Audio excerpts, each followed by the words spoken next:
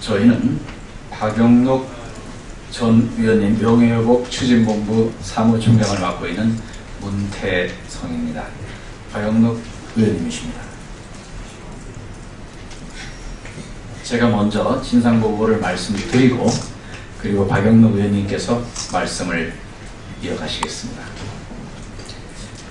대한민국 국회는 제340회 임시국회 2016년 6월 28일 우리 70년 헌정사상 그 유래를 찾아볼 수 없는 초유의 다음 두 개 항의 박영록 의원 명예회복 대정부 결의를 통해 민권 승리의 대문을 활짝 열게 해준 그 민족적인 장거에 대한 진상을 아래와 같이 보고드리오니 애국 국민 여러분, 같은 동포애로서 널리 감싸주시고 사랑의 손길 함께 이어주시기를 고대하며 더더욱 건강하시기를 기원합니다.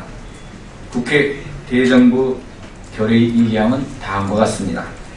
첫째, 국가는 박영록을 장기간 불법 감금하고 부정축제 정치인으로 매도한 정부와 박영록에 대한 수사 과정에서 폭행과 생명, 신체에 대한 위협 등 가혹 행위를 가하여 강제로 국회의원직 사퇴서를 받은 점에 대해 박영록과 그 가족에게 정중히 사과하라. 둘째, 국가는 박영록을 불법 감금하고 폭행 협박으로 그의 재산을 강제 헌납토록 한 피해에 대하여 적절한 구제 조치를 성실하게 취하라.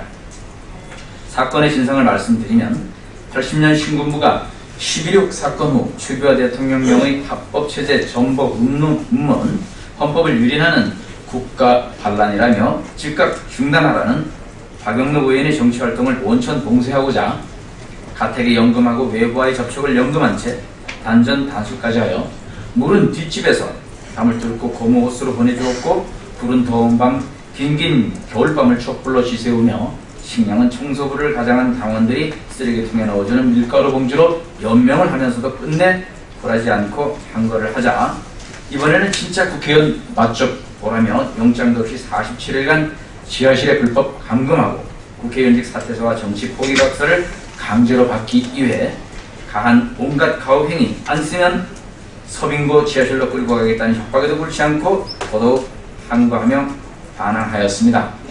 이번에는 그의 6천만 원밖에 안 되는 적은 그의 재산을 국민이 그대로 알게 되면 그가 청렴 정치인으로서 국민의 존경을 받아 그의 정치 생명을 끊을 수가 없다면 그의 재산을 30배로 늘려 18억 원의 부정축제자 반사회인으로 조작 매도하면서 재산을 몰수하였습니다. 그는 하는 수 없이 3평짜리 컨테이너에서 남몰래 숨어 살아오는 동안 이에 격분한 차남은 부모님을 제대로 모시지 못하는 이 불의 자식을 용서해달라며 혈서를 써놓고 스스로 목숨을 끊었습니다. 90세 노모는 좁은 공간에서 취사용 가스로 심장에 혹이 생겨 피를 토하며 병원에 실려가도 비싼 입원비로 노인연금까지 털어야 했고 헌법에 보장된 정치 참정권과 재산권, 거주권, 상권 모조리 빼앗기고 사회국 국민, 식물인간이 되어 살아가야 하는 이 세상에 그에게는 감옥살이보다도 더 힘든 죽지 못해 살아가는 고통의 나날이었습니다.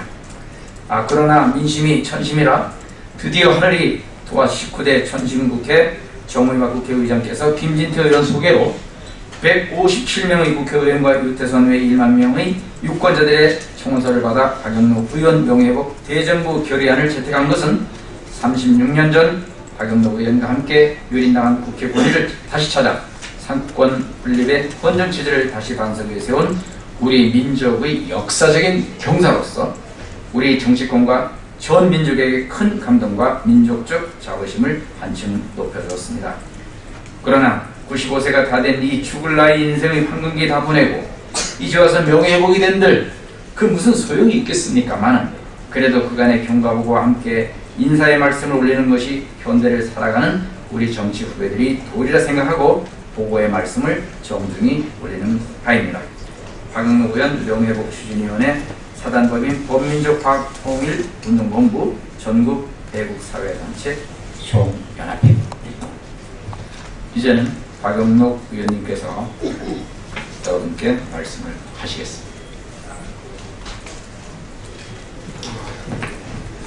이 귀중한 시간을 활용해 주신 데 대해서 먼저 감사의 말씀드립니다. 본에서 제가 말씀을 드리고자 하는 것은 군대 내에서 사병에 대한 상관들의 가혹행위도 민권의 침권이라고 해가지고 엄벌에 처해야 된다. 그래가지고 언론과 국회가 야단이 납니다. 그런데 어떻게 돼서 현역 국회의원이 군대에 잡혀가가지고 군대 앞에서 국회의원 사퇴서를 써야 하고 평생 정치 안 하겠다는 정치 보고서를 써야 합니까?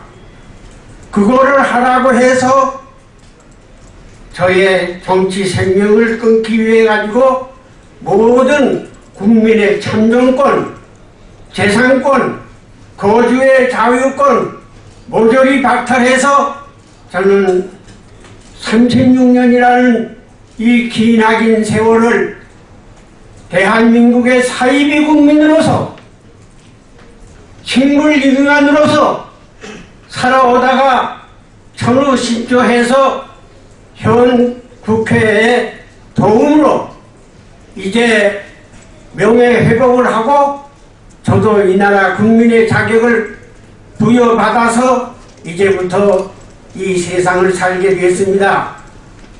그런데 제가 36년 동안 이렇게 고생을 한 것은 80년 신군부, 그 신군부 그때는 뭐라고 얘기를 했는가 하면은 저승사들이 사람을 잡아다가 연마대왕 앞에 세워놓으면 연마대왕이 생지옥으로 보내가지고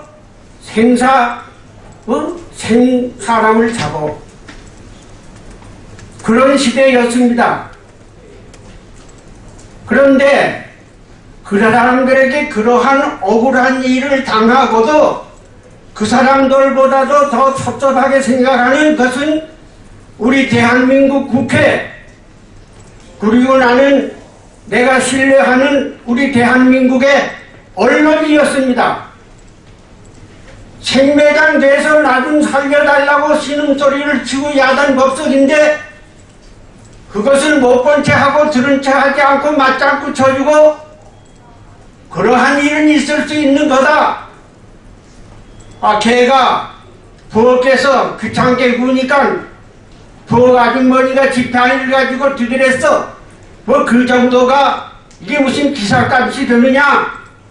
이래가지고 36년 동안 우리가 기대하는 언론이 재구실을 안 해줬습니다.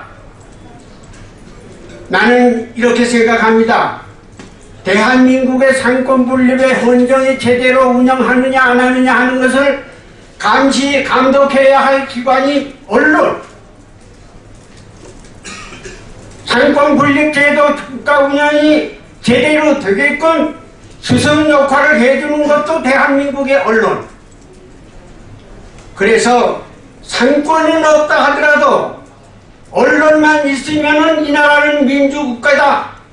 이렇게 저는 언론을 높이 평가해 왔습니다. 상권이 없어도 언론만 있으면 되는 거예요. 그런데 이 나라는 언론이 없었습니다. 그래서 내가 36년이라고 하는 이 세월을 생매장돼서 신음소리 내고 살아와도 그 누가 하나 돌보는 사람 없어. 이런 세상이 과거 무소리니 시대에 있었어, 히틀러 시대에 있었어, 동조 시대에 있었어. 우리 대한민국 현재 역사가 이렇다 이 말이요. 그럼 제가 재패 간 것이 나쁜 짓을 하다 재패 갔습니까? 최규하가 예를 들면 옛날에 이 박사가 돌아가시면 4.19 혁명이 성공했으면은 그때에 허정 내각이 책임을 지고 하는 것이 헌법상의 그때 헌법 제도요. 그래서 3개월 내에 민주당 정부를 세워서 갔어.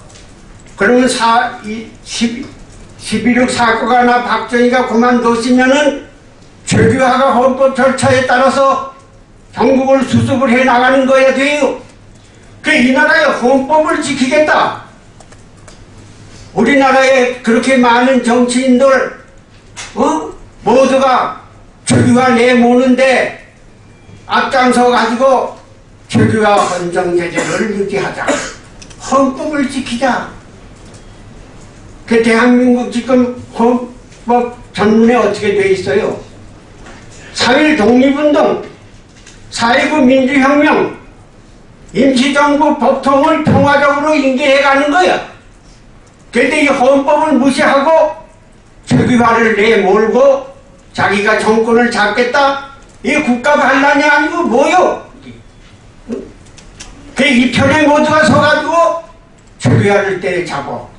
그 최규하 체제를 하자고 했다고 해서 정치인에서 유일하게 나 대단히 죄송한 얘기지만은 내가 존경하는 김영삼 총재까지 강원도와 경상도 싸움이 됐으니 나는 전두환이를 밀어야 되겠다. 이래가지고 그분이 모범적인 군인 전두환이를 지지하자. 당시 신민당 총재회의에서 싸워가지고 만날 나하고 싸우는 거예요. 나는 최규하, 그 양반은 전두환. 그럼 최규하 체제하게 되면은 내가 대권에 김영삼이를 제치고 올롯을 가만히 있다 이거요. 그러니까 김영삼이가 전두환이하고 야합을 해서 나를 잡아간 거요. 그 양반은 산도동에 고이 모셔놓고 나를 김영삼 씨의 당시에 우형우 금동전이 전부 잡아가고 그분만 산도동에 모셔놓고 잡아다가 책나 이름 친 거요. 그런데 우리 언론 하나, 국회의원 하나 나 도와주는 사람이 없었어. 그래서 이번에 내가 명예회복이 된 것은 내만의 명예회복이 아니라 30년 전에 유린당하고 국회가 재구시를 못하게 되고 국회 권한을 뺏기고 국회가 36년 동안 살아오다가 나하고 함께 이번에 제340차 회의에서 명예가 회복이 됐다 이거요. 이게 민족의 경사 아닙니까? 나만이 된 게 아니라 우리 대한민국이 같이 된 거요. 이 의미를 여러분들이 언론에서 알아야 돼. 내가 얘기하는 게 아니라. 이거는 박영록이가 아니라 박영록이와 함께 상권 분립하에서 국회가 유린당했던 그 우리 민권을 다시 찾은 거다. 박영록이 것이 아니다. 이렇게 생각을 해야 돼요. 그래서 어떻게 보면은 국회가 그동안 재구실 못해 오다가 이번에 재구실을 했다. 저 입장에서는 이렇게 생각하고, 그러면 재구실을 못하고 있는 것이 지금 언론이다. 용서해주세요. 난 여러분들을 탓하는 게 아니라 여러분들의 선배를 지금 얘기하는 거예요. 여러분들은 그렇지 않으리라고 생각을 하고 나의 얘기에 수긍하리라고 생각을 해서 믿고 하는 얘기입니다. 응? 그럼 무슨 얘기냐? 이번에 국회가 나에게다가 대한민국 국가는 박영록이에게 사과를 해라.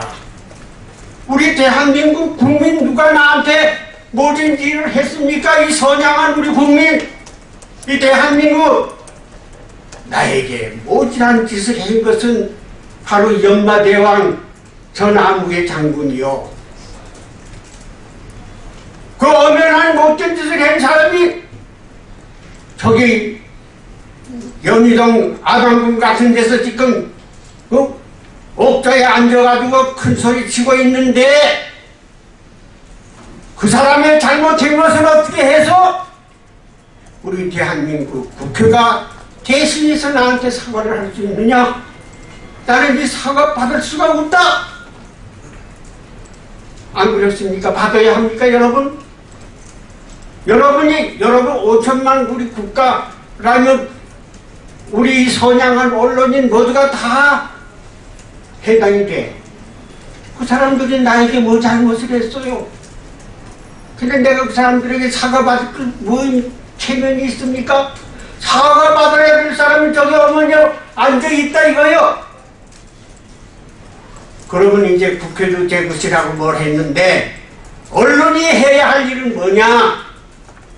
이거를 밝혀주세요.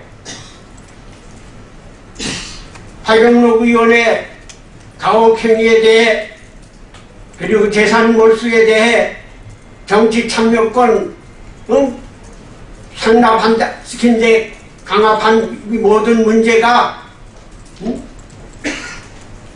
이게 뭐냐 할 것 같으면은 한 것은 전두환이가 그렇게 해는 건데 전두환 씨를 대신해서 우리 국민이 이렇게 한다고 하는 것은 그건 말이 안 되다. 그러니까 내가 받을 수 있는 것은 뭔가 하면은 그럼 내가 받을 테니 대한민국 국회와 우리 국가는 항의로부터 잘못했다고 하는 그 사과와 함께 용서를 받게 하는 것이 이게 이제 남은 우리들의 일이요. 이것을 책임져야 할 사람들이 바로 과거의 언론인들이 아니라 오늘 이 자리에 앉아 계시는 여러 언론이라고 나는 생각을 합니다. 그래서 내가 지금 이 원주에서 오느냐고 차를 타고 오냐고 어지럽고 이래서 내 말이 좀 어떻게 잘못 가고 이런지 모르겠습니다. 왜냐면 우리가 하나 남은 대한민국의 언론이 제구실을 하고 이 나라의 상권 분립보다도 더 높은 상권의 스승 역할을 하고 이렇게 하려고 하게 되면 지금 풀지 못하고 있는 이 문제, 우리 국민은 박영록에게 나쁜 짓 했니라. 가혹한 일이 하나 두고 가혹한 일 해결 사람은 저기 엄연히 앉아있는데 어찌해서 저 사람은 가만히 앉혀놓고 우리 국민이 그 사람의 죄를 져야 하느냐? 있을 수 없다! 이래가지고 이거 밝혀주는 것이 여러분의 책무요. 여러분이 그렇게 하는 것을 나는 보고 이래야지 죽지, 그러기 전에는 내 죽지 못하겠습니다, 여러분. 여러분, 내가 하고 싶은 얘기가 너무 많지만 쓰러질 것 같아.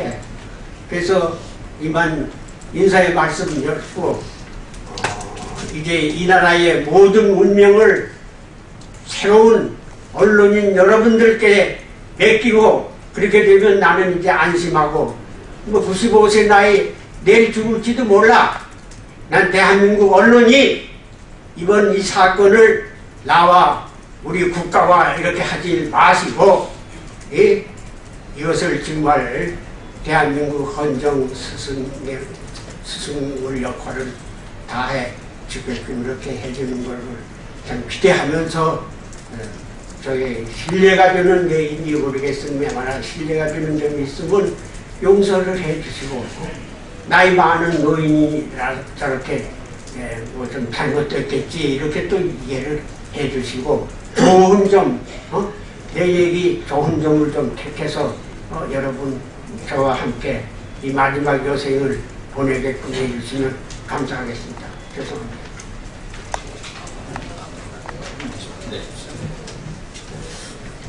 네, 아마 이 청론관이 생긴 이래로 최고령 전직 국회의원께서 말씀을 하신 겁니다. 95세시고요. 오늘 말씀하신 내용에 언론인 여러분들이 꼭 잘 참조해 주시기 바라고요. 그 사이에 수많은 기간 동안 우리 박영록 전 의원님의 명예회복을 위해서 도와주신 언론인 여러분께 거듭 감사를 드립니다. 감사합니다. 기자회견을 마치겠습니다.